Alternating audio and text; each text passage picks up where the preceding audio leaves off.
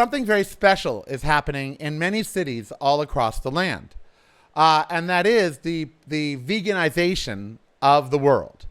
Restaurants are taking it upon themselves to start adding plant-based items or to become completely plant-based. It's happening more and more.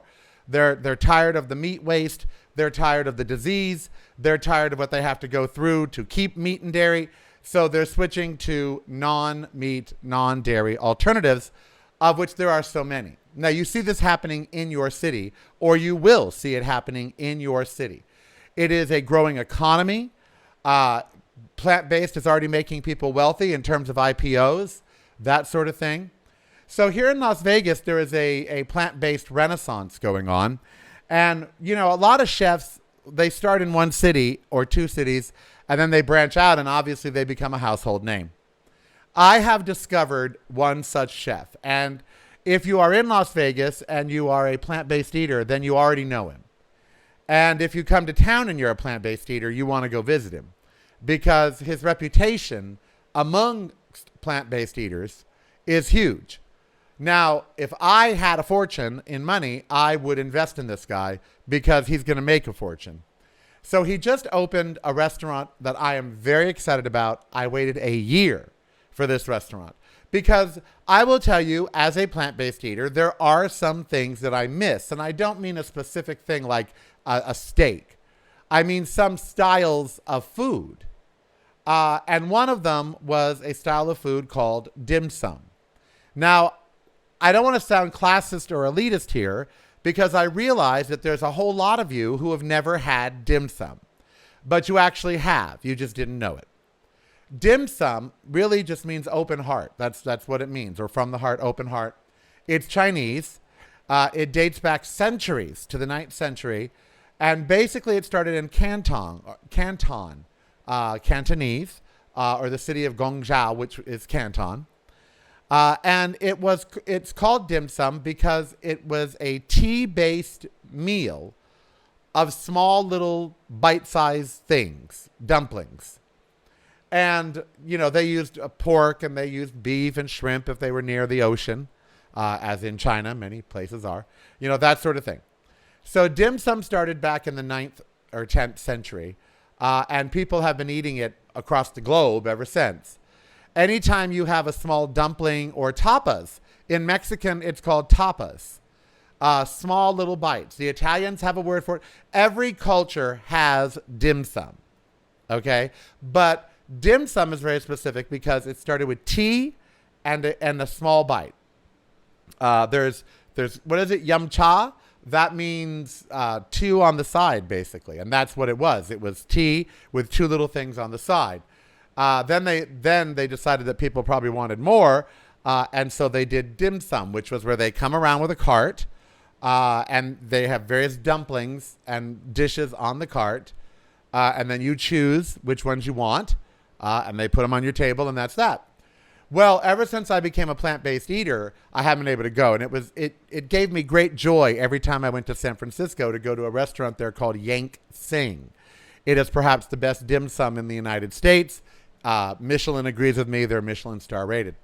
So I love dim sum, and I love the whole, it's to be shared with friends. It's very cultural. It's very people sitting around talking, having small. It's a very fun experience. So I have missed that.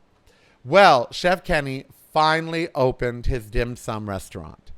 And I am telling you right now, this is one of those things where if food was always this way and plant-based, because his dim sum is vegan, we wouldn't be eating meat or dairy in the first place. If you had only ever been introduced to this kind of food, you wouldn't be unhappy with it at all because it was so good. So I recorded just a little bit of what my experience was there, including a quick chat with Chef Kenny, who explained to me, other chefs asked him, why did you do this? Dim sum is hard. Dim sum is hard even without, it being vegan. It's hard to create because the dumplings are perfect. They're perfect. They're beautiful. It's art. It's not just food. It's art. And I love to go someplace and eat where the chef does something that I can't because I'm a good cook. So I went there today, and here is just a little bit and I'm taking you there. I'm showing you this because I want to encourage you all to not only get adventurous with your food, but to become plant-based eaters. I need 80% of you, and that means you, to become a plant-based eater, or my planet is screwed. And that goes right into our topic today as well. But first, let's go to Chef Kenny's dim sum. Come with me. Okay, Ember and I are here at Chef Kenny's Vegan Dim Sum, and we are going to have us some vegan dim sum. Now, dim sum, of course, literally means like open heart. That's what it means. It's from Canton, Guangzhou, which is Canton. It's Cantonese. Dates back to like the 9th, 10th century. And it used to be tea and a small meal. It's traditionally served at breakfast or brunchy times, and it's basically dumplings. And Chef Kenny Chai, one of the best vegan chefs in the world, has opened a restaurant here in Las Vegas of vegan dim sum, and this is our second time here. Let's go check it out. You ready? Let's go. Come on. This concrete's not too hot. I already tested it. You must test the concrete before you put your dog on it. I already tested this concrete. It is not too hot.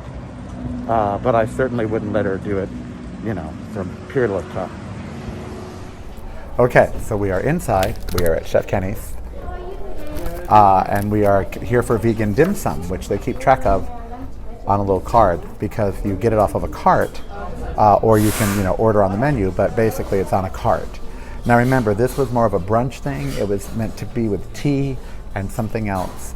And it's meant to be more of small bites and not, you know, an enormous plate of stuff. So you get to sample a bunch of really good stuff, which is great. Ember is under the table where she loves to be at Chef Kenny's. Chef Kenny is here. He's right over there. Maybe we'll chat with him today. Who knows? Who can say? But we're going to order some dim sum. Here comes my cart. The dim sum cart. So yummy. Hey, I was here first. I was here first. Oh, yummy. What am I going to have? So we have the pork dumpling, and this one is sweet rice pork dumpling, and we have the barbecue pork ball and shrimp dumpling, and this one is What is that one? shrimp dumpling, but this one we have peas, and this one is the shrimp dumpling, only shrimp dumpling. Okay, great. Yes, I want a custard cake. Those are my favorite. I asked about them the other day. That's a fake egg tart, and it looks delicious. Oh, yeah, I have to have it. All right, I'm going to do the char siu bao. Oh, the char siu bao is this one. And then the shumai. And what is this one again? This one is the, you mean this one? Yeah. This one is the pork. bread. Oh, then yes, let's do that. Yes. There we go. Well, that's a wonderful start. You want some spicy sauce also? Yes, some spicy sauce. And to drink, I'd like tea, please. Hot tea? Yes, hot tea. Okay, this is the sauce for that. After all, dim sum is all about hot tea, isn't it? That's why they started it. 2個鐘兩個鐘 What do you have a specialty like a, We have Thai tea.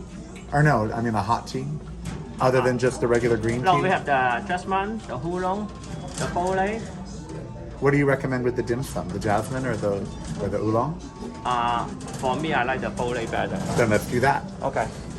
After all, dim sum was all about tea. That's what it was Yeah, about. foley is much more stronger. It's Okay, better good. to help you to digest that. Oh, I'll need help to digest all this. Right, Okay, thank you. Look at this feast in front of me of shumai, barbecue pork roll, pan-fried, probably barbecue pork. Remember, it's all vegan. And then the egg tart, and it's all vegan. And this is my point. This is why I brought you here today. You know, for me, if you'd have told me when I became a vegan that I could once, let me set this up because I wanna eat. If you had told me that, you know, when I became a vegan, I would be able to eat dim sum again, I would have said, how? There was no one doing it. There was simply no one doing the vegan dim sum. And it took Chef Kenny over a year here in Las Vegas to open the vegan dim sum. And, oh, yeah, I better have those. Oh, look at those. Yeah. Oh my gosh. I'll be taking stuff home today, Chef Kenny. Say hi to everybody. Hello, I am Chef Kenny. Oh my God. I'm making a marvelous vegan dim sum. Yes, you are making a marvelous vegan. Every day you're doing it. Oh yes, but It took a long time to get it open. Oh yes, because vegan dim sum is very hard to make. Vegan dim sum's hard to make, yes. That's why you don't see any vegan dim sum out there. Well, that's what I was wondering about the fake egg. How are you going to do that? Because you always amaze me with how you do things, you know? The egg custard without egg. So how long does it take to do all this? Like, what time in the morning do you start all this? We start like 7 o'clock. So every day we started at 7 o'clock. And you don't open till that's 5 hours. Yes. Wow. Everything is made fresh. Right. And how long did it take you to design it? Because there's no template, right? There's no one really doing vegan dim sum. This is the only place I know in Las Vegas. Well, it took me about at least 2 years 2 years to develop it? to develop that. Well, I ate here on opening day, and I came back today because I wanted to try different things. You know, a lot of people ask me, the chef, vegan dim sum is hard to make, right? Yes. Why you want to do it? Yes, why? Because I want to do it for all vegans. They miss it. Yes, I was just saying on the video how 4 years ago when I became a vegan. They say that chef, and after I turned it to vegan, I miss the dim sum. Can you create So you did one? this for you too, for having dim sum for Yes, you too. Yes, this is good, yeah. Because you're a vegan, right? Yes. It'd be a shame if you weren't. Well, thank you for all of this. Okay, thank you. Oh, it's so good. You have to see this roll, this sparkling bun, and you rip it open, and there's deliciousness inside. See, oh, but being a vegan is so boring. Yeah, you give up so much. I know. I mean, it's terrible, isn't it? Now I have some pu'er tea, which is delicious. And since dim sum is traditionally tea and, you know, small snacks and often desserts, I've been missing the egg tart dim sum. The other day when I came, they didn't have this. So here we go. This is the true test. It's supposed to be like an egg custard, but we don't do eggs, so let's see. Oh, he's done it. He's done it. This is the most delicious custard I've ever had, and there's not an egg in it. No butter, nothing. Well, at least it's vegan. There could be vegan egg, there could be vegan butter, because there are such things, you know. Oh my God, this is so good. Oh my God, this little custard egg tart, which is vegan, all of it. The planet needs us to do it, and you need to do it, because this is, you know, the other day I told my friend, she kept saying, are you going for vegan food? And I said, you got to stop making that distinction. I'm just going for food. Food is food. And if food is good, then I'm just going for good food. And that's what y'all need to stop making the distinction. Stop acting like going vegan is like you're doing something special. You're not. You're just getting a plant-based diet. You know, it's not like that's abnormal or anything. Good is good. Food is food. You know? Doesn't that translate to everything in life? Just get down to basics. Get to the bottom of it. This is good food. Period. This is good tea. It's not vegan tea. It's tea.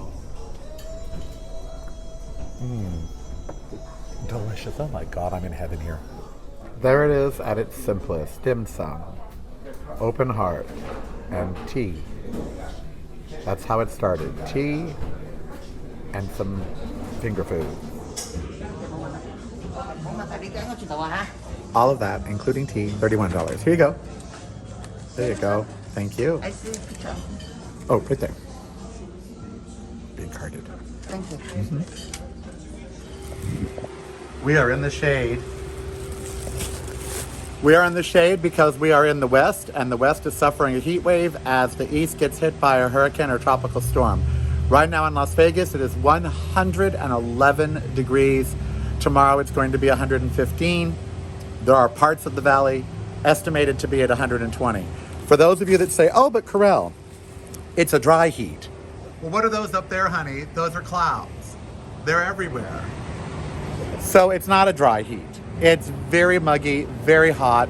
This is very unusual weather. But the dim sum was worth it. But I have to tell you, it's almost like you have to weigh whether or not you want to risk going out in this heat, because there are risks. I mean, I parked up with a motorcycle. I can park in places cars can't. if I left my bike in this heat, even with a cover, I wouldn't be able to touch it. There's no way. So there really are risks to coming out in this heat. Physical danger, exertion, dehydration, burning. Inside these cars right here, right now, honey, it could be over 200 degrees. Ain't no lie. Well, the dim sum was great. Ember's just chilling. I'm gonna go and finish the show. See, we are parked up under here. There's Miss Ember in the back in her thing. And for those of you that ask, yes, she is. This morning she was on the news here, 8 News Now, 8 Action News Las Vegas. They were doing a thing on pets who travel. And honey, Miss Ember, are you a pet that travels? You are, aren't you? You're a little girl that she is a little girl that travels. Watch, if I go over here, she'll turn the other way. She's a camera bug. Look at that. That's a girl who travels right there. That's a girl who travels. Both of our allergies are acting up. That's another thing happening right now out here in the desert. So we gonna get home out of this heat.